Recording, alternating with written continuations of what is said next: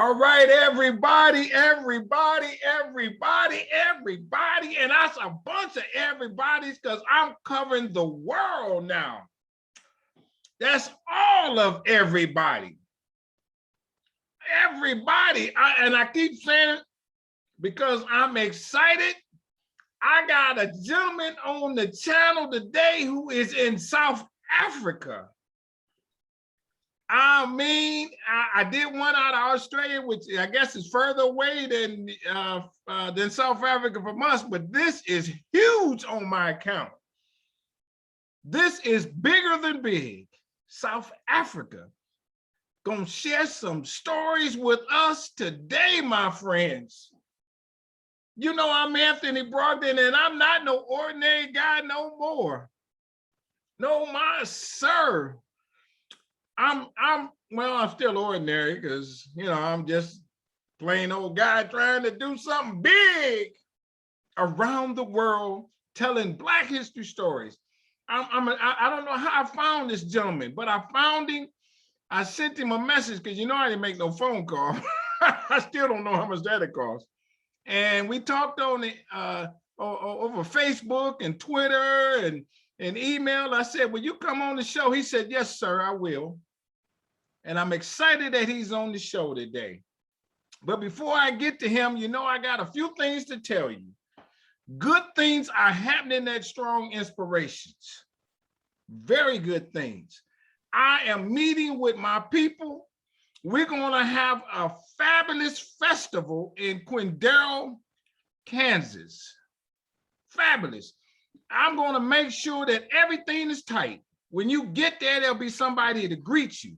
You'll know where to go, how to get from the airport to Quindaro, or when you drive, you know where to go. We're going to have some literature to hand out to you. The weather's going to be good. We're going to be on time. And we're going to have a good time. You're going to be secure. We're going to party in a barn that Friday night.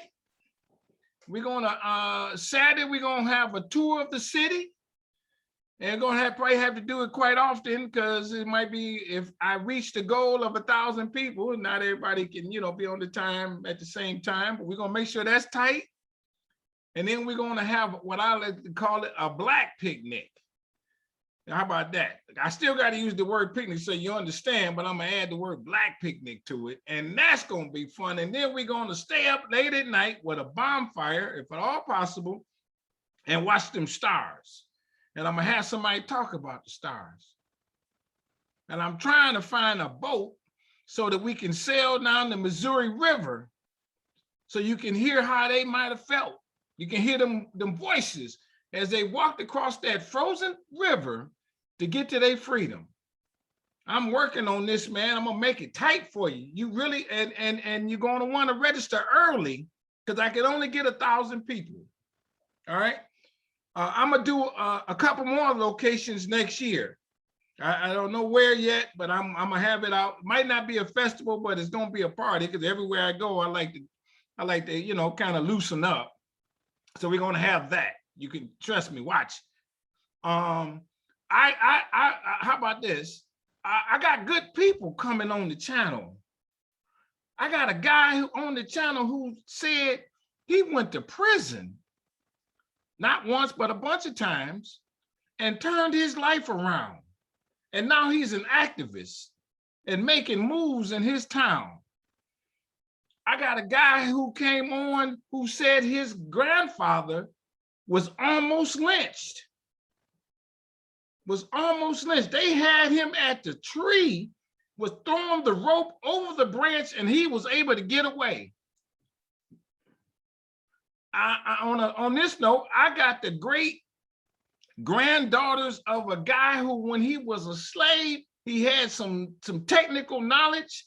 And then when he got his freedom, he opened up a car manufacturing company. And I got the guy that's gonna come on today. It's over 150 videos on my channel now, my friends. And we haven't even celebrated 1 year anniversary. And I've been thinking, I'm coming out with a Strong Inspiration sweatshirt because it's getting a little chilly. and then t-shirts so you can, tell people. What I want you to do, and my numbers are up, is I want you to subscribe to the channel. One lady, she sent me a message. She said, what does it mean to subscribe? It don't mean anything other than it helps me know that you're there and that you follow me. I'll be perfectly honest with you. And how about this? I said perfectly honest, let me tell you this. When I get more subscribers, then I can kind of make some money off the channel. That I must admit to you, my friends. Don't let me sugarcoat it. It helps me in that regard, because I'm spending a lot of time doing this now. I'm doing 6 video interviews a week. And when I'm not doing them, I got to find the people. And I'm releasing this week a video every day. And I got to put a little edit on it. So it's taking some time out. But I love this. And my book sales are up. So going to my book sales, before I say the book, I want to tell you I've done a movie. It's called Business in the Black, The Rise of Black Business in America, and it's streaming on Amazon. It's good. I took it to 40 cities across America, and I got good reaction to it. Slaves that went to college and black millionaires in the 1800s. It starts and ends with a guy who was 101 years old, and he says, you can't tell me nothing. I'm 101 years old. I done seen it all. And there's other people in there in the high 90s. Watch my movie. And then, my friends, I wrote this book, which is very, very thorough. Very, very thorough. I cover a little bit of everything. I cover all the ways slaves gained their freedom. And did you know some of them sued for it? People didn't know that. And won. It's in my book. The book is available on my website, businessintheblack.net. The book got 17 chapters. I don't add no commentary. I just let the fact stand on itself. And if you read my book and you don't learn nothing new, I give your money back. It comes with a money back guarantee. And every 10th book I sell, I donate one to a school. And I probably donated up to now, might cost about 70, 80 books, which ain't bad for self-distribution. I want to sell a lot of copies of this, and it's moving right fast. And you hear me use that word strong a lot. Strong stands for strength, tenacity, resilience, and a sense of oneness, nobility, and grace. And that's my introduction to my guest on today's show, Strong Man out of South Africa. He's coming and he's going to share this information. And let me tell you, I'm going to lead into this. I asked him, can I talk about apartheid? He said, yeah, sure. So we're going to go down that road. So would you introduce yourself? Let's get it on. I thank you so very much for being on the channel. Thanks, Anthony, for inviting me. It's really great. My name is Stephen Langtree. I'm in Cape Town, South Africa.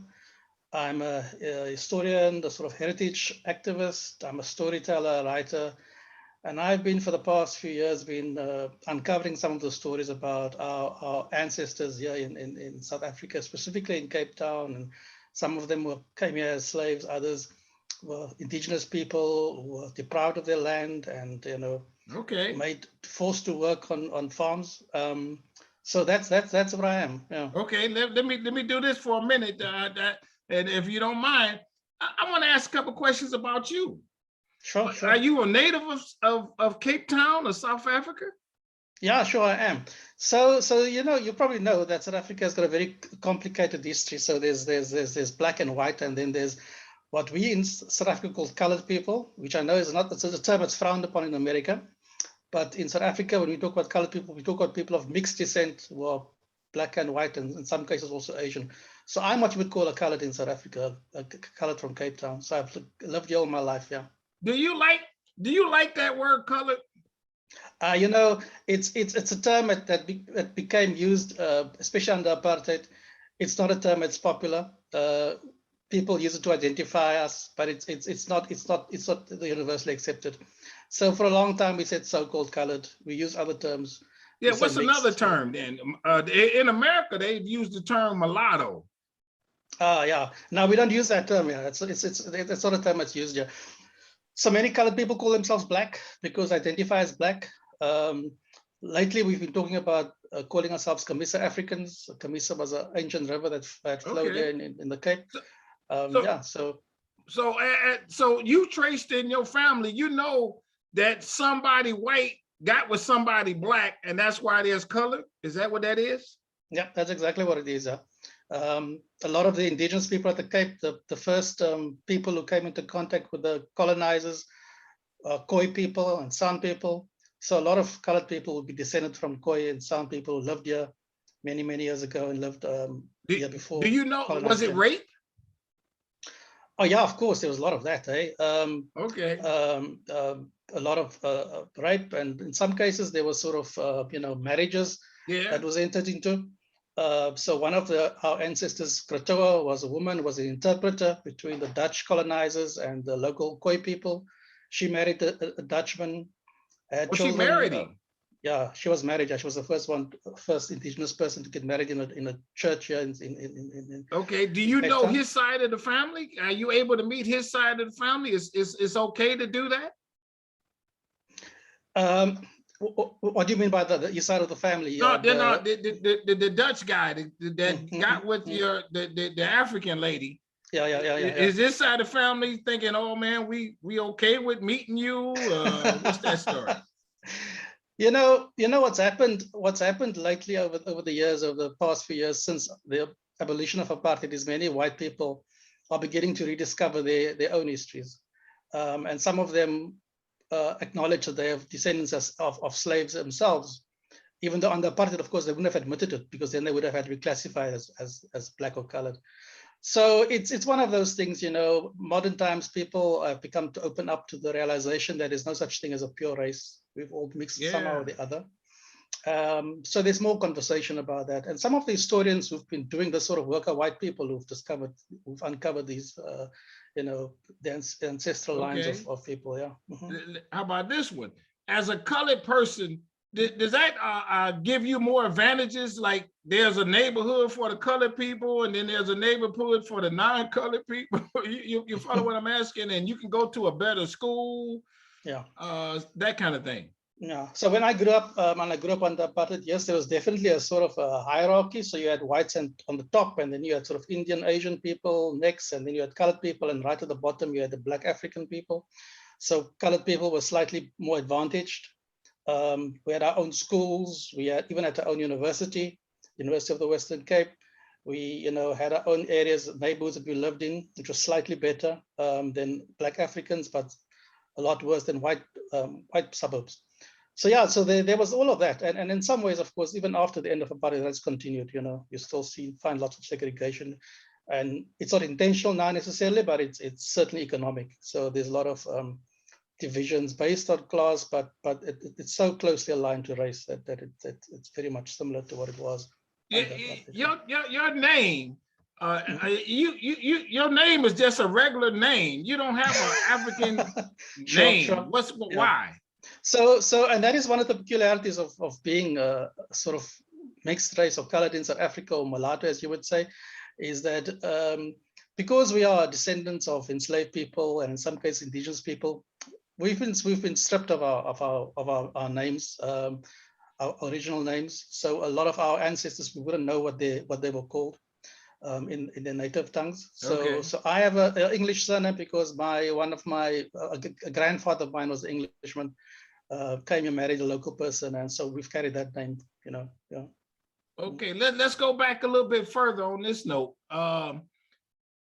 Was there slavery in Africa and then apartheid? Because a lot of people might not understand. That's two distinct circumstances, right? Yeah, no, sure. Slavery started here first because in the 1600s, when the Dutch came to colonize this part of the world, which was first called the Cape Colony before it became South Africa, they brought slaves with them from the east, from where they had colonies in the east, in Indonesia, Batavia, India. Then later on, slaves were also brought here from other parts of Africa, like Mozambique and West Africa. But of course, they also found indigenous people here, local people, and who they didn't enslave, but they stole their land from them, stole their property, their cattle, Sure. made them to work on their farms. So apartheid sort of developed much later, sort of, we're talking here the sort of early. Okay, let me stop you right there then. Okay, there was slavery, and then did slavery end at some point, and then apartheid began? Sure. So 1834, by that time we were a British colony.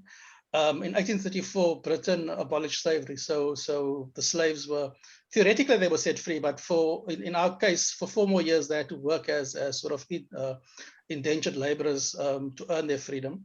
So it was really only 1838 that the slaves were fully free. Okay. So there was already at that point some form of segregation, but it wasn't formal, it wasn't necessarily legal.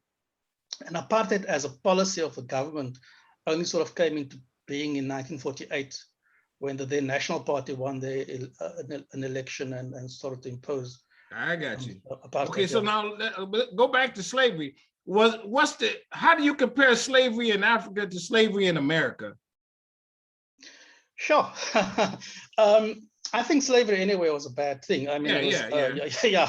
So I think we, as I said, the sort of slaves. Of course, the difference with America is that all the people who brought their slaves came from Africa, whereas in our case, some came from the east, from Indonesia and India and other parts of the east, like Vietnam even.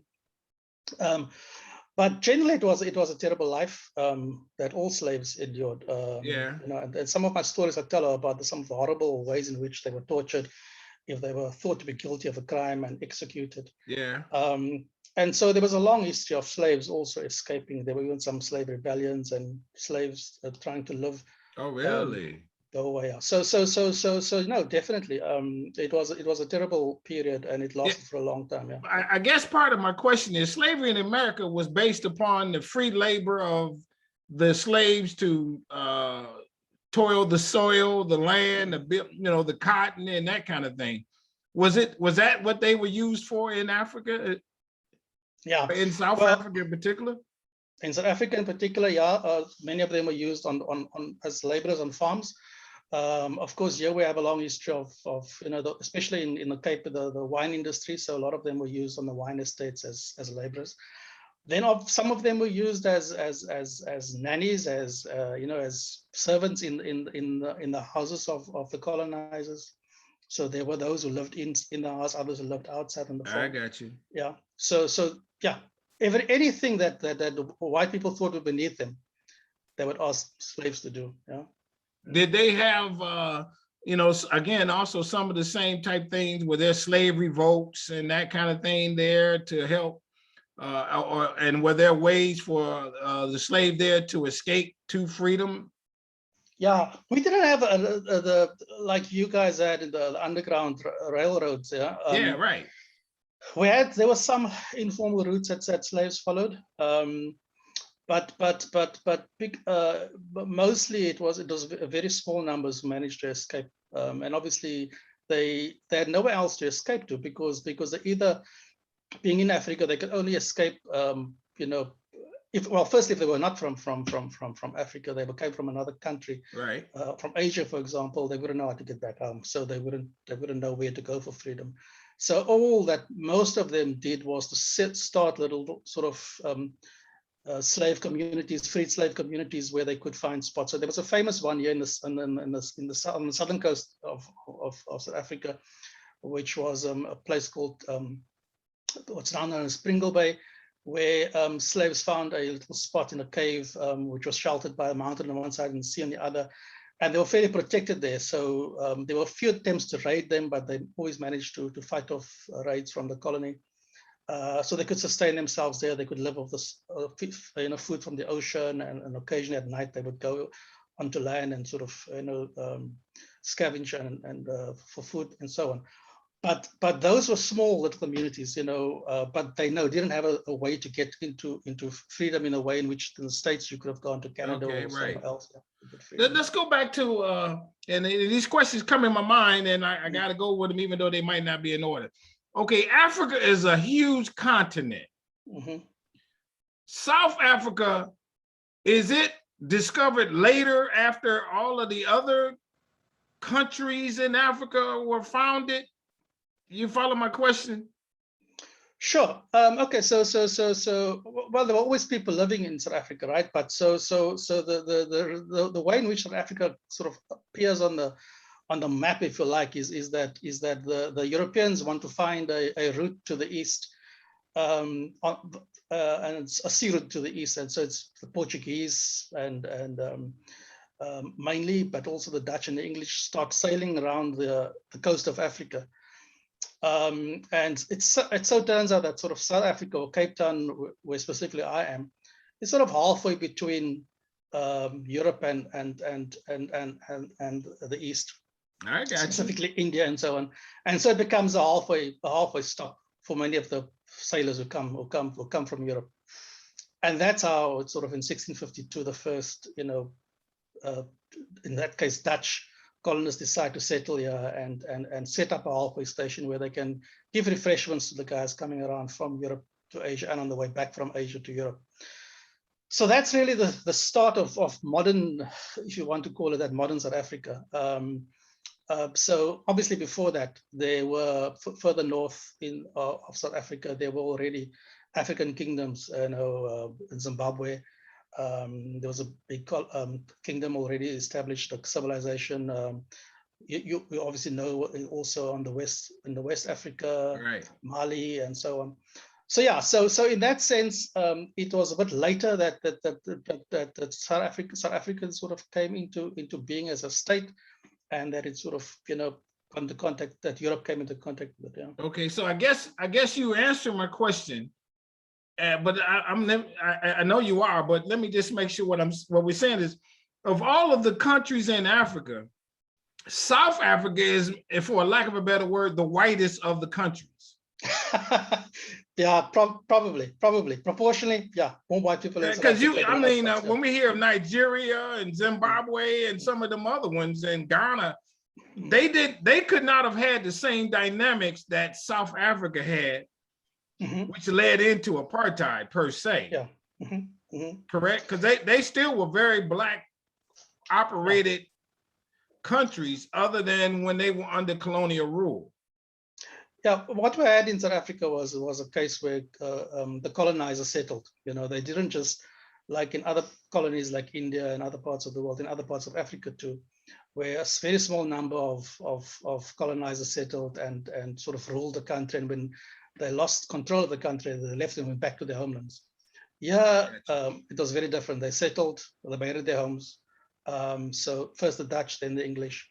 So that explains a large number of white people who still live in South Africa, and who, for more than 300 years, have made it their home. Yeah. But as a result of that, did that develop South Africa more than any other country, would you say, without?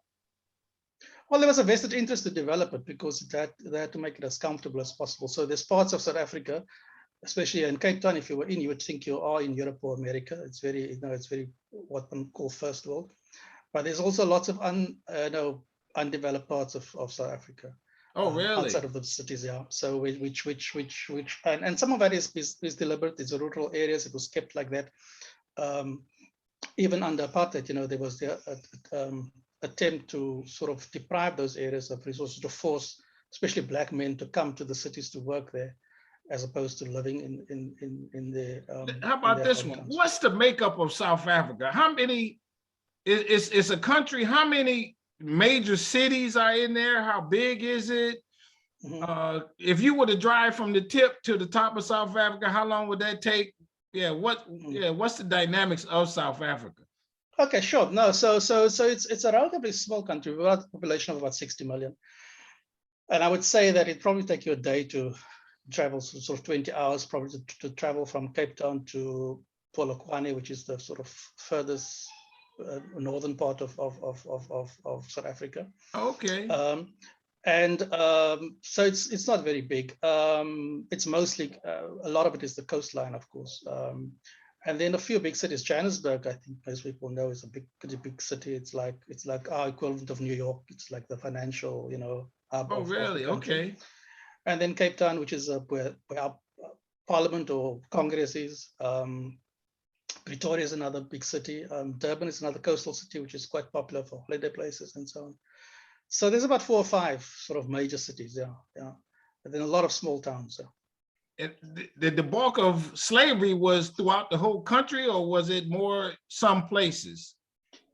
It was mainly in the South, because up until that time, sort of the colonizers only sort of colonized sort of what is now called the Cape Province of South Africa. So it was mainly concentrated in the south of the country. Yeah. Are there noted people who helped fight the institution of slavery like we have here? Is there a Frederick Douglass? During those times, anybody that made the history books, names that we should know? A lot of the opposition to slavery. I mean, as I said, there was sort of slaves who rebelled and who were executed as a result of that. There were people like David Stearman, who was, even though he himself was not a slave, was a Khoi leader who fought against colonizers. But then a lot of the sort of opposition to slavery, at least in this country, came from British missionaries, people who, for religious reasons, opposed slavery. And so when that movement started, you had a reaction to that was the what we call in this country the Great Trek, when the Dutch at the Cape, who wanted to maintain slavery, left the Cape and tried to go further north. And that's really how white people in this country spread throughout, further north, because they wanted to preserve slavery. So it's the same like what happened in America when I got you. the Confederates wanted to maintain slavery and fought a war over it. So there's no real, big names that stand out other than the sort of rebel leaders, slave leaders who fought and lost those battles to end slavery. And then those, British missionaries who petitioned, mainly the British government to end slavery. Yeah. It's got to be kind of amazing, I guess, in this respect. Black people in Africa probably outnumber, and let's say in South Africa in particular, they outnumber the white class by 3 to 4 to 1. Mm-hmm. Is that? Am I saying that right? Yeah, sure. Yeah. It's about about, as I said, population of 60 million people. About 80% of that are Black people, Black African. Very small number are what, less than 10%. So yeah, so it is one of those anomalies. For a long time, white people were a minority, but they managed to maintain political control. I got you. And they still have some economic power, a lot of economic power in the country. Are you taught Black history at a young age in schools and the evils of slavery? Do they do that? No, definitely not. I mean, we were not taught that when I was at school. There was a lot of attempts to justify slavery, attempts to justify apartheid and all those things. So it's only now since 1994 when the curriculum has changed a bit and kids get taught about the evils of slavery and so on. But no, I wasn't taught that at school. No. Is there a Black History Month in South Africa? No, still not. No.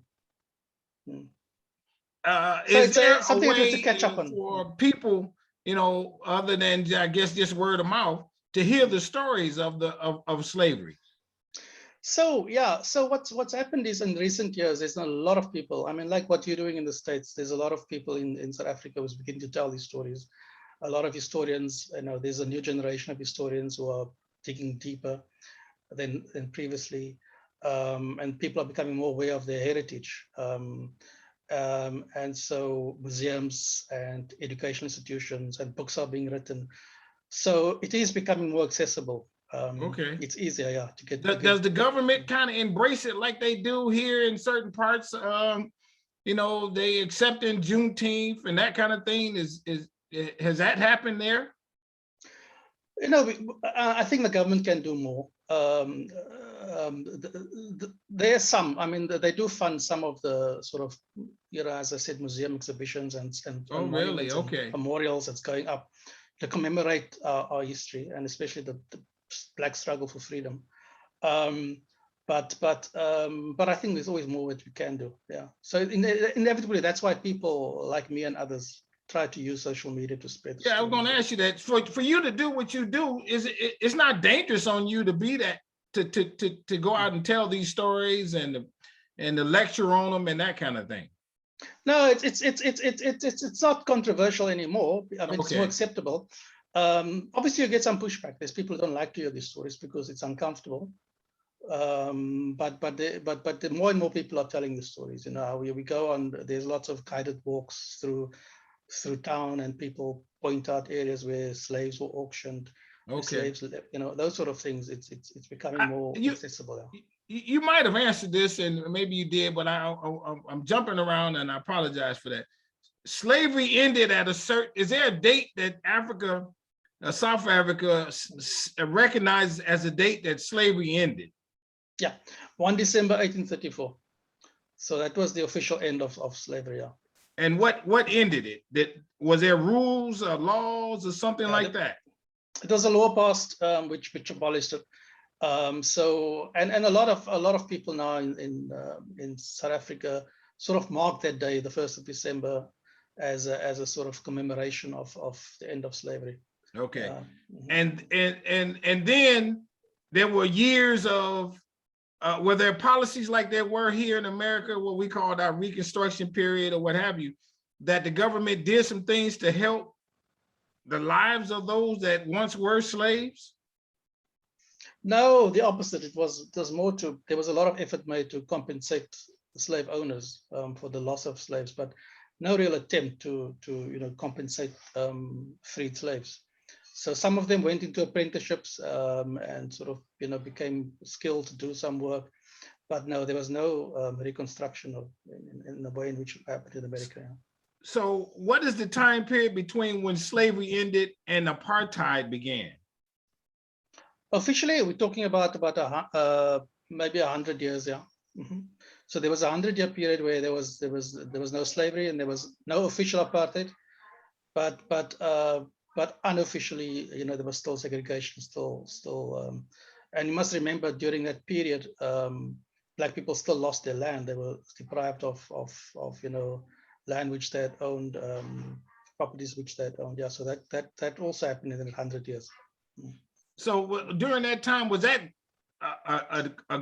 for lack of a better word, a good time for Black people, so to speak? I mean, they had some freedoms, you pushing us off the land, but we got to live somewhere, and we got to eat and drink and provide for our families. Was there some governmental policies during that time period that kind of helped them? Or how did they survive? Sure. So there was, I mean, sort of as in that period, because of, sort of less restrictions and then followed under apartheid, there was a small number of Black people who managed to sort of, grow into a middle class, people who became educated. Oh, really? Okay. Started businesses, owned businesses. So there was a small number of that, of those people. And obviously used the influence, started newspapers, wrote books, sponsored kids to go to university and to study further. But of course, all of that ended, when apartheid was introduced, and sort of there was a reversal of those gains. But those people in that period tried to use the advantages which they had to get more freedoms and to try and improve the conditions under which Black people lived. Yeah. We're almost coming to a close, just a little bit here. What was apartheid? Was it different than slavery? It's a different kind, eh? Because so theoretically we were free. Apartheid meant that we were segregated, so we weren't allowed to mix with people from other races. You couldn't marry across the color line. You couldn't live in areas which was not reserved for you. You couldn't go to school if it wasn't reserved for you. You couldn't vote. I mean, we couldn't vote, so we had no. So a minority of people were allowed to vote and decided what who the government was going to be. So that was sort of the main things about apartheid. But of course, there was also a lot of violence from the state. So there was a lot of oppression. Police crackdown on opposition, political opposition to the government, and in times even the army was sent into our townships and areas to deal with protesters. A bit like How it in did places like China, yeah. When did apartheid end? So apartheid sort of ended in 1990 with the release of Nelson Mandela and the unbanning of the African National Congress. And then in 1994, when we had our first sort of election, which all South Africans could vote, everyone over 18 could vote for the first time. Yeah. Mm-hmm. Well, how did you live during apartheid? Yeah, it was a very different kind of life. So there was a sort of a petty apartheid which involved just minor issues of segregation, like you couldn't go to certain beaches, you couldn't go to certain places. There was other issues around where you had to live, where some jobs were reserved for white people that black people couldn't do. So there was all sorts of those restrictions. So it was a very restricted life, and it was obviously a very oppressed life. So you couldn't express yourself freely. You couldn't express opposition to the government. Right. And lots of organizations were banned. You remember living under that, and were you afraid every day you went out that something could happen to you, or that you couldn't get whatever under apartheid? What, you knew your place? Did you accept it? How did you feel? Yeah, so I sort of grew up towards the end of that period in the late 80s, sort of when there was already beginning a growing opposition to the government, to the apartheid government. So thanks to people in the international community, especially people in America, Reverend Jackson and others, did a lot of work to raise awareness around it, especially at the United Nations and so on. So we felt a bit more emboldened to rise up. So a lot of school kids went on protests, and I was one of those school kids who protested and opposed the government. So it became easier for us to do that because of international attention was focused on what was happening in the country. Yeah. So you yourself, growing up when you were 11 and 12 and what have you, you couldn't talk to white people? No. I don't think I even saw a white person until I was about 16 or so. Yeah. Oh, really? Yeah. Okay. All of this, did this make you hate white people? How do you feel towards them? I mean, you're a Christian guy or whatever, but how did that make you feel towards them? I think there's a lot of unresolved anger in this country that people have. I won't say it's hatred, but it's certainly resentment that there's been opportunities which we were deprived of, and opportunities which white people had that we didn't have, and so they advantaged in other ways. So were you able to go to school and get a decent education? Yeah, so some of us did manage to do that. Right? So we had, as I said, we had separate schools. I managed to go to university. By that time, universities were desegregated, so I could go to any university. I went to the University of Cape Town, and managed to get bursaries to study there. So a few of us did under those conditions. So. But being colored helped you along the way.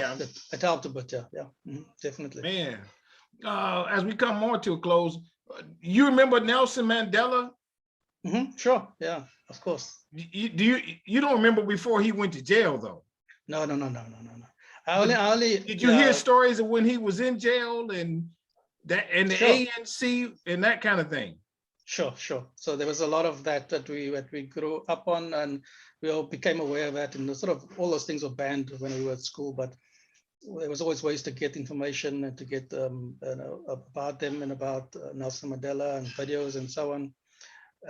And when he turned 70, there was a big international concert at Wembley Stadium in London. He was still in prison, but yeah, so all of us got little illegal copies of that concert and so on. Yeah, so that was fun. Did you celebrate when they released him? Yeah, sure. I was, because I'm in Cape Town, we managed to get to the exact spot where he was going to address the Oh, country. really? Yeah. So it was great. Yeah, it was a great day. Because where was that? Where was that spot compared to Cape Town? It's a area called the Grand Parade in Cape Town. So he was released in the prison here in just outside Cape Town, about 40 kilometers outside Cape Town, 16 miles, and traveled into town and addressed people there that evening. Yeah. The ANC is a political party, or what is it? Yeah, it was the liberation organization, under apartheid, and when it was banned, had a military wing, and then when it was unbanned, it became a political party. Okay. And it's now the governing party in the country. You voted for him, I'm sure, when he ran for president. Sure, yeah. Was it a complete landslide, or did some Black people not vote for him? It was a complete landslide, but there were, I mean, like in any country like this, I'm sure even in America, you find doesn't mean that if you're Black, you necessarily everyone supports freedom. So there were some Black people who voted for other parties. Yeah. Oh, really? Yeah. Mm-hmm. And so now he still has his picture on the dollars and the money and tattoos and that kind of thing. Sure. Yeah, it's true. Yeah. Man, unbelievable. Is there a question that I have not asked you? I know we covered a lot. Have you written a book, or do you lecture? How do people find you to learn more? What have you? Sure. So I'm busy writing a book. It's going to come out early next year, and it's specifically about the land issues in South Africa, about how Black people were the land was taken away from Black people. So that's coming out early next year. But for now, I think the best way to keep in touch with me is to follow me on Twitter or on Facebook. But Twitter, it's Stephen Langtree, at Stephen Langtree. That's my Twitter handle. And I try to post. I'm not as regularly as you do, but I try to post regularly. Yes. But some of the stories about South African history, Black history in particular. And follow me there, and okay, send me messages. I'm happy to stay in touch. And you lecture on these topics that you've done the research on. Yeah, some of that I do. Yeah. Oh man, thank you so much for being on the channel. Everybody, we could have kept going, but maybe we're gonna talk some more. Shucks, I'm overwhelmed. And so on and so forth, because now I understand a lot better. Sure. I really do. I would think that we could compare apartheid to our period of Jim Crow. Sure, definitely. Yeah.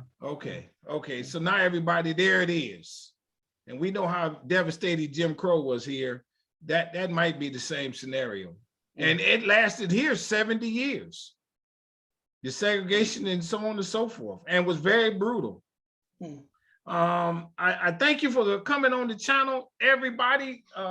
If you don't hit the like button on this video, I'll keep coming at you until you do. But my God, he put it down for us, explained it, and I think I hope I asked all the questions that you might ask.